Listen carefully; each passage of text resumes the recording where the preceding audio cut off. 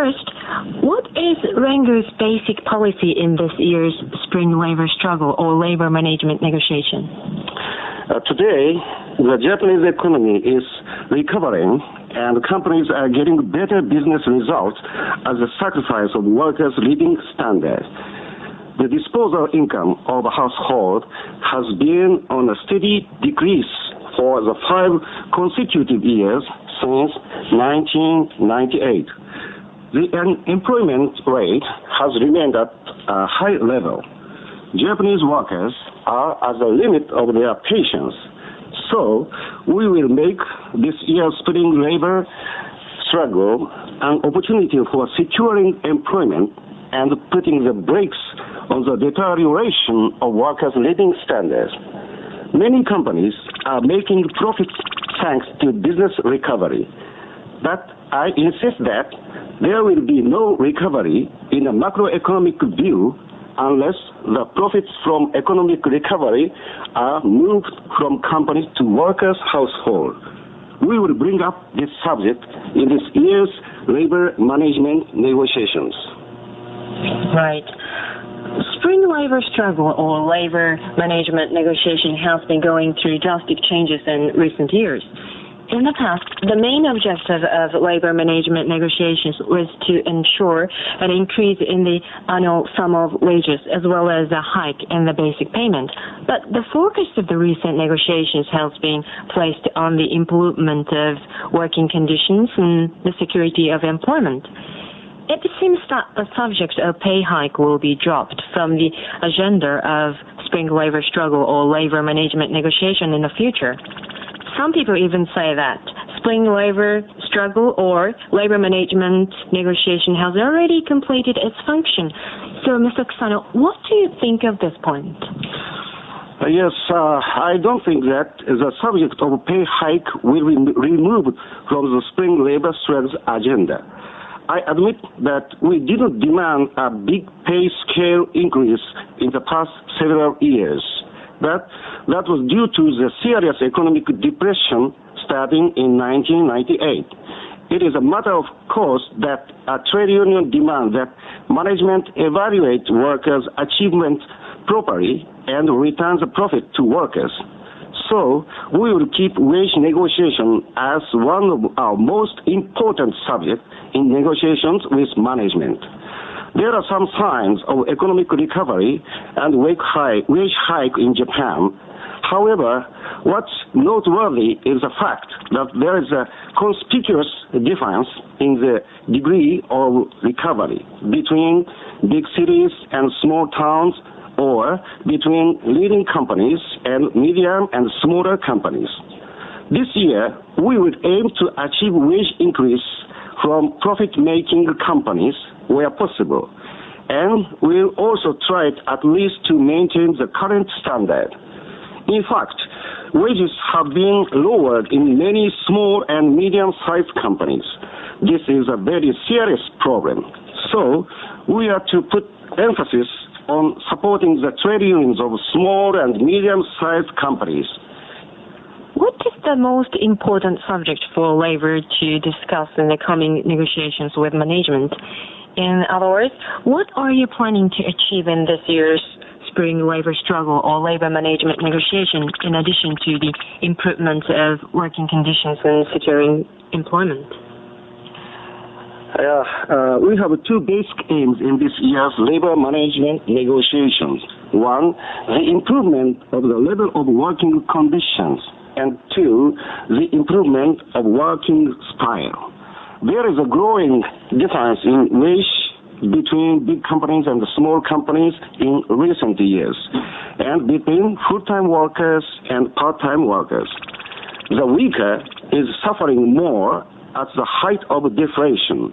It is important for big companies and full-time workers to think of their subcontractors and part-time colleagues. I think all people have to work on raising the lowest level of wage, even if they need to leave their mothers till last due to so. As for the eradication of unpaid work, according to the survey that Rengo has conducted, 50% of the respondents say that they don't get paid for extra hours.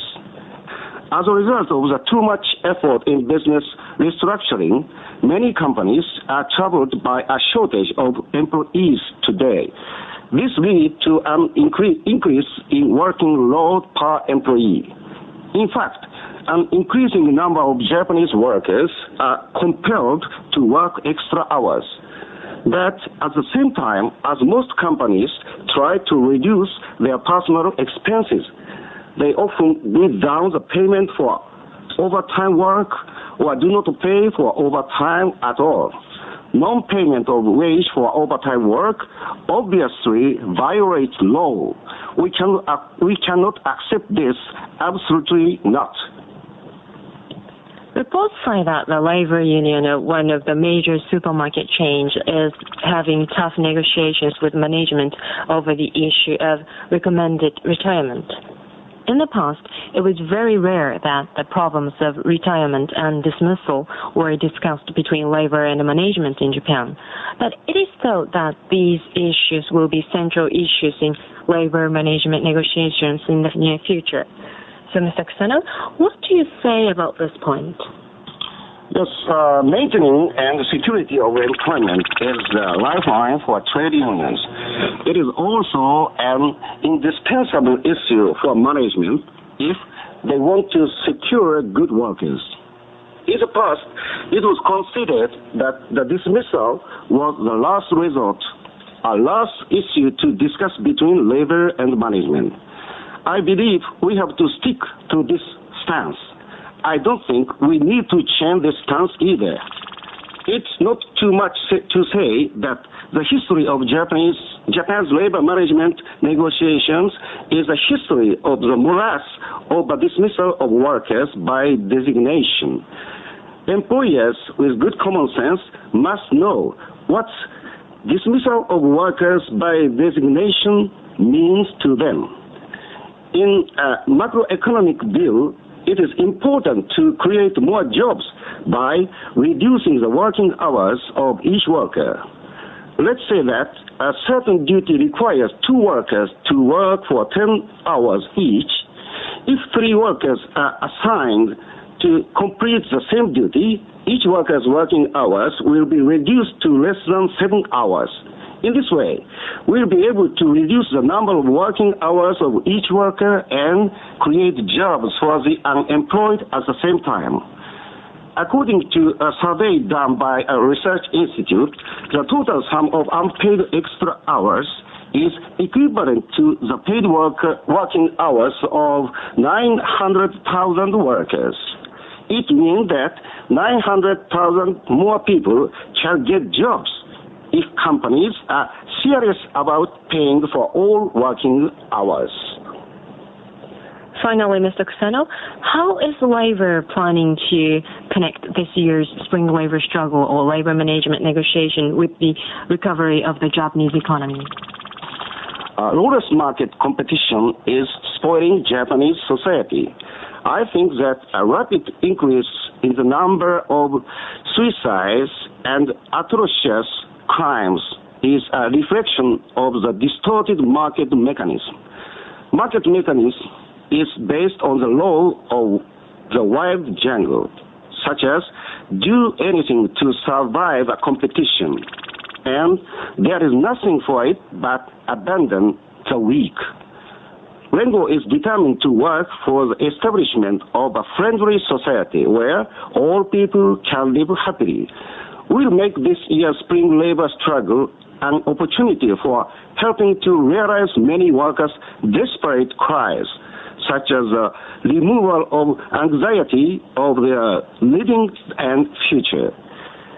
The full-fledged recovery of Japanese economy depends on how much of companies' profit is distributed to people's family budget.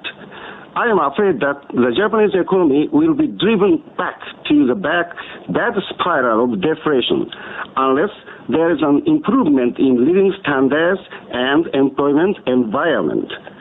We will strongly appeal to management in the coming negotiations that there is no bright future as long as each company only pursues to cut its personnel expenses. Each company must think that it is their social responsibility that they work at least for the maintenance of the wage level and the eradication of unpaid work. If they are doing good business, they must all respond to their employees' demand for wage hike and the correction of disparity in payment. The corporate governance with sovereignty resting with stockholders has come to the limit. Therefore, Japanese companies must shift to the corporate governance by the people with a long-term view. We'll call on management to achieve this goal. Mr. Kusano, thank you very much. Thank you.